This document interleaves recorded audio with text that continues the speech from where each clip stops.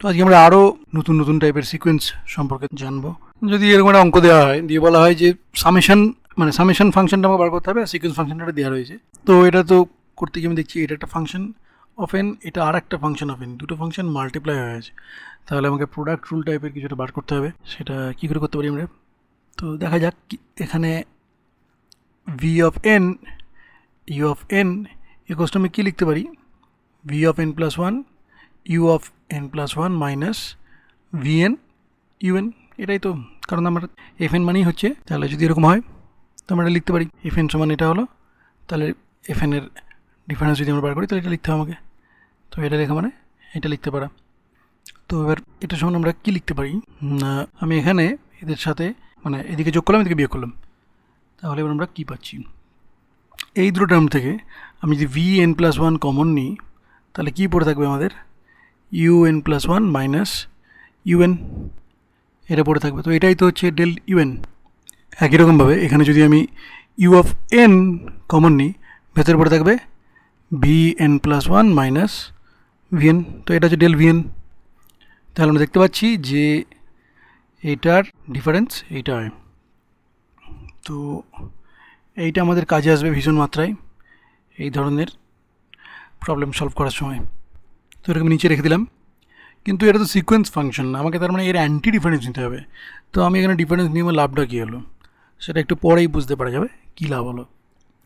তো আগে আমরা দেখি যে এর অ্যান্টি ডিফারেন্স বার করার সময় আমরা ডিফারেন্স নিয়ে শুরু করি। আগে ডিফারেন্সটা কী হচ্ছে সেটা দেখি এর, তারপর আমরা অ্যান্টি ডিফারেন্সটা দেখবো। তো এই ফর্মুলাটা ইউজ করবো আমরা।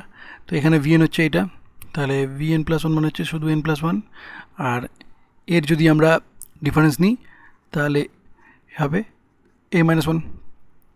আর অপরদিকে যদি আমি এইটাকে বার করে রাখি, এ টু দি পাওয়ার এন মানে হচ্ছে ইউএন, এটাকে যদি বার করে রাখি তাহলে ভিএন মানে তো শুধু এন, তার এটা মানে ওয়ান। এটা লেখাও যায় না লেখাও তাই, গুণ ইন্টু ওয়ান মানে কিছুই না।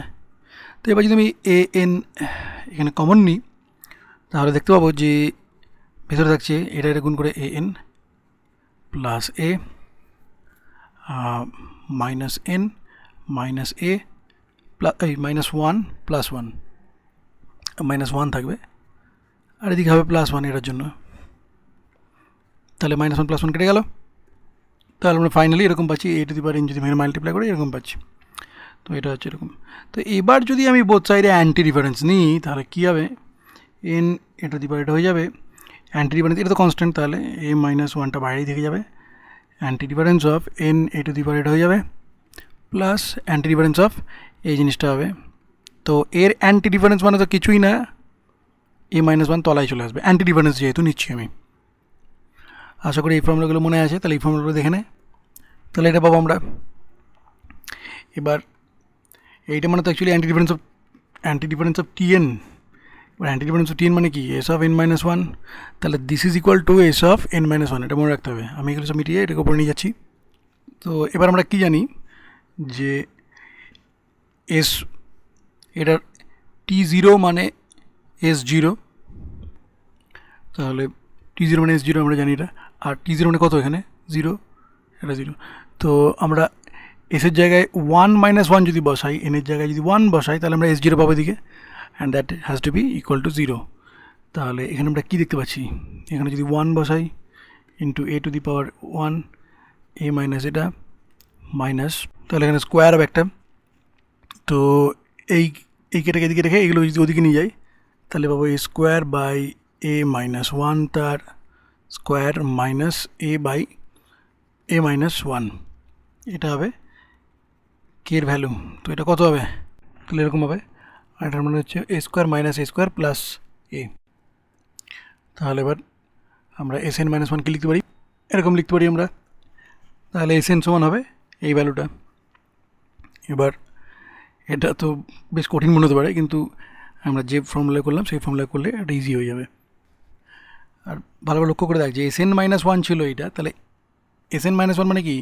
এস এনের আগের টার্মটায়, তার মানে নেক্সট ইটিরেশন কী হবে? এনের জায়গায় এন প্লাস ওয়ান বসবে, যেখানে যেখানে এন আছে সেখানে এন প্লাস ওয়ান বসে যাবে।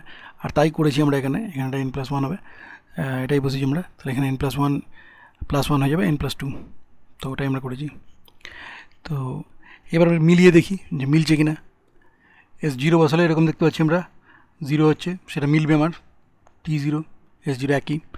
আবার S1 সমান কী হবে, T1 হবে, কারণ 0 প্লাস এ মানে হচ্ছে আমার T1 মানে কত এ, তো 0 প্লাস এ মানেও সেটা হবে কি S1, কারণ T0 plus T1 T0 plus T1 আর T1 হচ্ছে আমাদের এ, তাহলে S1 মানেও এ হওয়ার কথা। তো এটা সমান এটা হবে, তো এটা থেকে মাইনাস করলে এখানে শুধু এটা কিউব পড়ে থাকবে। এবার যদি এ কমন নিই and that is equal to A, তাহলে মিলছে আমাদের, এই ফর্মুলা অ্যাপ্লাই করে আমরা বার করতে পারছি। তাহলে যদি এরকম একটা সিকোয়েন্স ফাংশন দিয়ে আমাকে ফিফথ টার্ম অব্দি সামেশন বার করতে বলা হয়, তো কী করে করবো? আমরা তো জানি এস এন মানে হচ্ছে এইটা, তাহলে এস অফ 5 বসিয়ে দেখতে পাবো কী হচ্ছে, আর এর জায়গায় 3 হবে, এনের জায়গায় 5 হবে, তাহলে আমরা দেখতে পাচ্ছি এরকম হচ্ছে। তো এবার যদি আমরা এই ভ্যালুগুলোকে অ্যাকচুয়ালি বসিয়ে বসিয়ে যোগ করে দেখি, তাহলে দেখতে পাবো এই 1641ই হবে। এটা ঠিকই আছে। তো আমি আর এই ভিডিওটাকে বেশি লম্বা করব না আজকে। আমি ভেবেছিলাম যে এখানে হোমোজেনাস লিনিয়ার ইকুয়েশন কী করে সলিউশন করে সেটাও দেখিয়ে দেবো, প্রস্তুত ছিলাম করার জন্য, কিন্তু এই ভিডিওটা আমার মনে হয় 6-7 মিনিট অবধি থাকাই ভালো, কারণ আজকে অনেক কিছু নতুন বোঝালাম। তো এই ভিডিওটা ভালো করে ঘুরে ফিরে দেখ, আর আমার চ্যানেলে নজর রাখ। আমি খুব তাড়াতাড়ি হোমোজেনাস লিনিয়ার ডিফারেন্স ইকুয়েশন কী করে সলিউশন করতে হয় সেটা দেখিয়ে দেবো, তারপরে আমরা ইনহোমোজেনিয়াস সলিউশনগুলো কী করে সেটাও দেখাবো।